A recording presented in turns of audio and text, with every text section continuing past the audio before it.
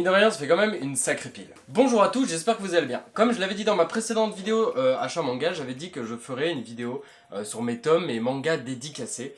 Et c'est le moment du coup. Certains à chaque fois sur Instagram ou ailleurs me demandent si j'ai l'occasion de rencontrer certains auteurs à chaque fois, dans quelles circonstances. Les trois quarts du temps, c'est sur des salons et il m'arrive d'en rencontrer à l'extérieur. Comme j'avais eu par exemple l'honneur de recevoir Shonen du manga Outlaw Players. Pour une interview sur la chaîne, occasion sur laquelle j'ai eu la chance d'avoir une belle dédicace qui est sur mon mur. Et donc voilà, j'avais envie un peu de vous partager ce que j'ai. On va commencer avec le seul manga japonais que j'ai de dédicacé, les autres ce sera principalement des mangas français. I Am a Hero, que j'avais rencontré en 2017 je crois, à Japan Expo Belgium ou Made in Asia, je ne sais plus exactement. Voilà une photo de moi avec l'auteur. Alors, vous êtes un peu choqué de ma tête d'avant ou pas ? Et du coup la dédicace, parce que bien évidemment c'est aussi le principe, c'est lui en fait qui a signé. Et comme je ne parle pas japonais, je n'ai aucune idée de ce qu'il a écrit.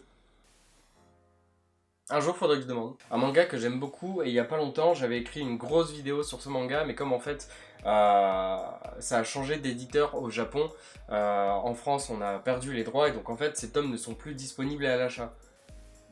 Donc je suis deg. On va enchaîner, il n'y a pas forcément d'ordre d'année dans lesquelles ça a été fait, parce que je m'en souviens pas et c'est pas toujours écrit.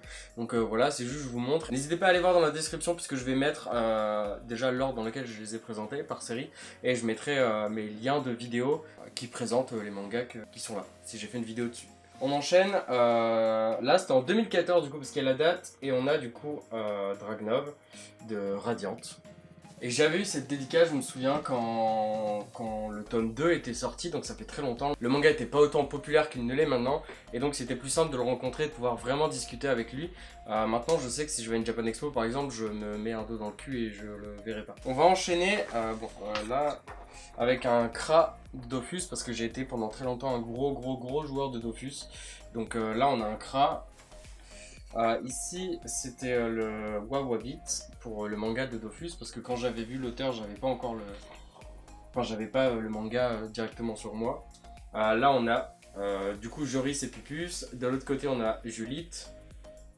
Et cette dédicace là je me souviens que je les avais faites quand j'avais été voir le ciné-concert de Dofus à Lille, parce que voilà j'adore Dofus et j'adore l'univers qu'ils ont créé. De l'autre côté du coup ici on a Bakara en mode Berserker. Et du coup on va enchaîner avec ceux de Dofus.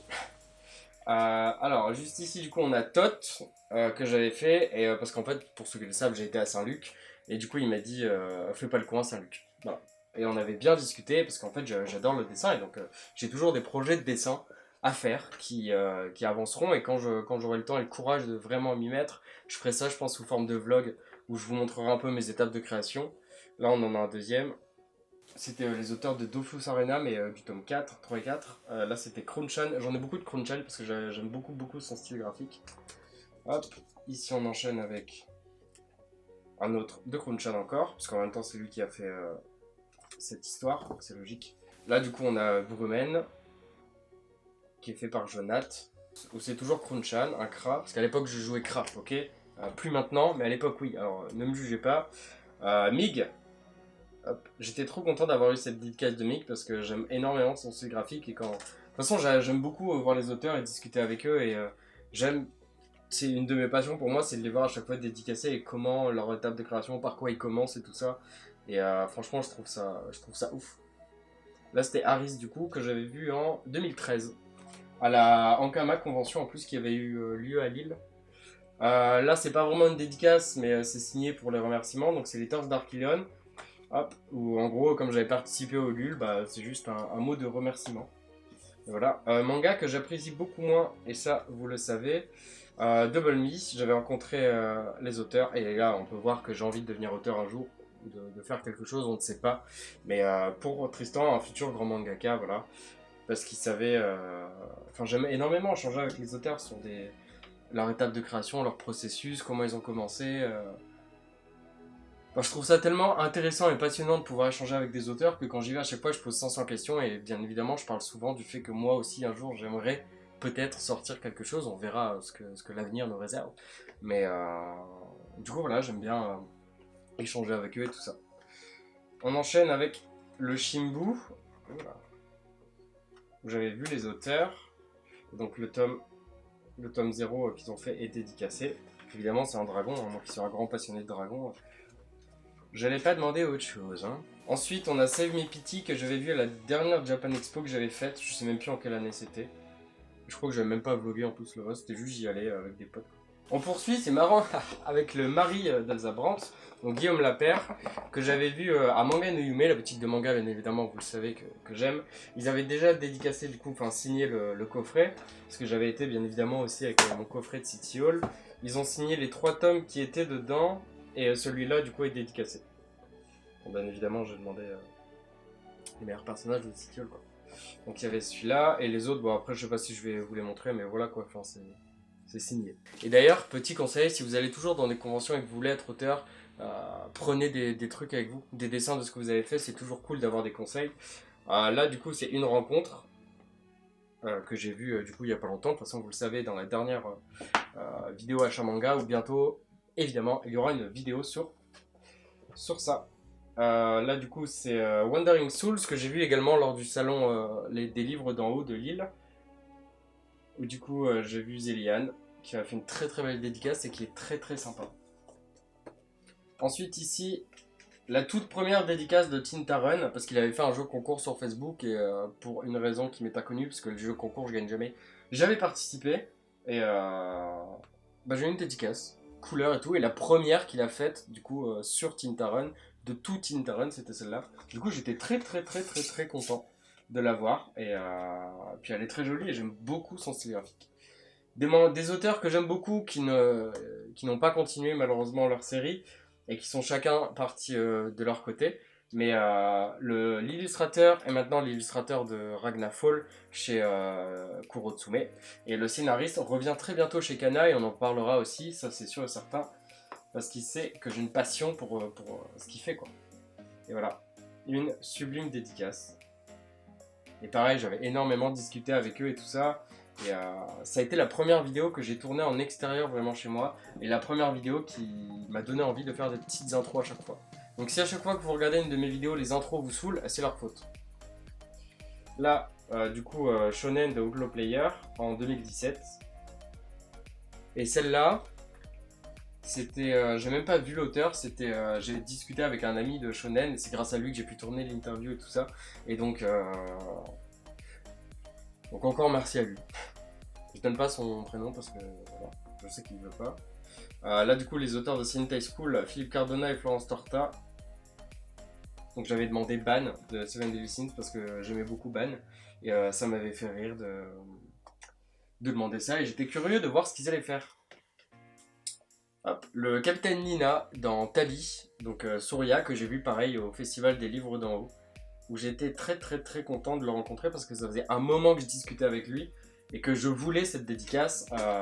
On avait déjà discuté d'éventuels projets à faire ensemble en vidéo et ça va peut-être revenir cette année, on verra. Mais du coup, j'étais très content d'enfin pouvoir le rencontrer et de discuter avec. Surtout qu'il m'avait reconnu des discussions qu'on avait, donc j'étais très content. On a Savane et Bibi. Savane qui ouvre une bière évidemment. C'est moi qui avais demandé ça.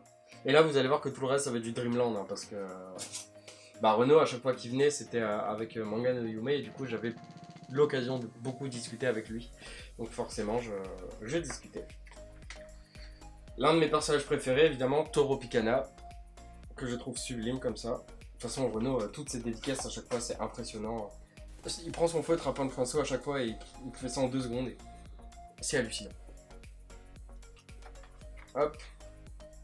Terence en mode Astaroth, donc oui j'avais demandé 2 dédicaces sur le même tome et alors, je vous emmerde. Ça a été le premier auteur que j'ai rencontré, Renaud Lemaire d'ailleurs. Ma chaîne n'existait pas et j'avais énormément parlé avec lui de tellement de choses, c'est un auteur incroyablement sympa et incroyable tout court de toute façon. Donc là c'est Sean, quand il a perdu son bras. Là il me semble que ce sera Lion, parce que c'est la première fois, ouais, Lion merci parce que c'était la première fois qu'on voyait Lion donc... Et j'adore Lion, ce personnage, je le trouve incroyable. Il arrive en un tome et ça a été un de mes personnages favoris tout de suite. Donc je le voulais absolument. On enchaîne avec ici Meliodas, et là c'était Saba. Mais ça me faisait rire, je sais pas, j'avais envie d'avoir un Meliodas. Pour une raison totalement inconnue, mais je voulais un Meliodas. Bon, okay, c'est peut-être parce que je suis un peu fan de Seven Deadly. Ici on a Sacha. que je trouve cool aussi. Avec Angelito, du coup, sa fameuse hache, que je trouve sublime. On enchaîne avec Terence Petit, qui me faisait rire. Mais je sais pas, j'aimais bien ce passage où il y avait des changements et tout, et quand on l'avait vu enfant, ça m'avait tué de rire. Là, c'est Naora qui pêche le bandeau de Konoha. Encore une demande pour montrer à quel point j'aime Naruto. Mais j'étais très content à chaque fois. De toute façon, c'est Renaud, hein. Dès qu'il est là, je suis un fou, je suis un gamin. Et grâce à Manga no Yume, à chaque fois, j'ai la chance de pouvoir discuter de ouf avec lui. Donc, c'est juste un bonheur de dingue. J'ai oublié son prénom. Mais je sais qu'il est très important, mais j'ai oublié son prénom. Et quand il était apparu dans le tome, j'avais trouvé ça fantastique. Donc, j'étais comme un dingue de l'avoir. Voilà.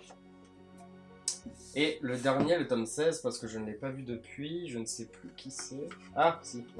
C'est ma demande la plus nulle, mais qui m'a le plus fait rire. Et vous allez voir à quel point je suis un gamin. C'est les 3 phénix du coup dans Dreamland au-dessus d'un caca. C'est tout.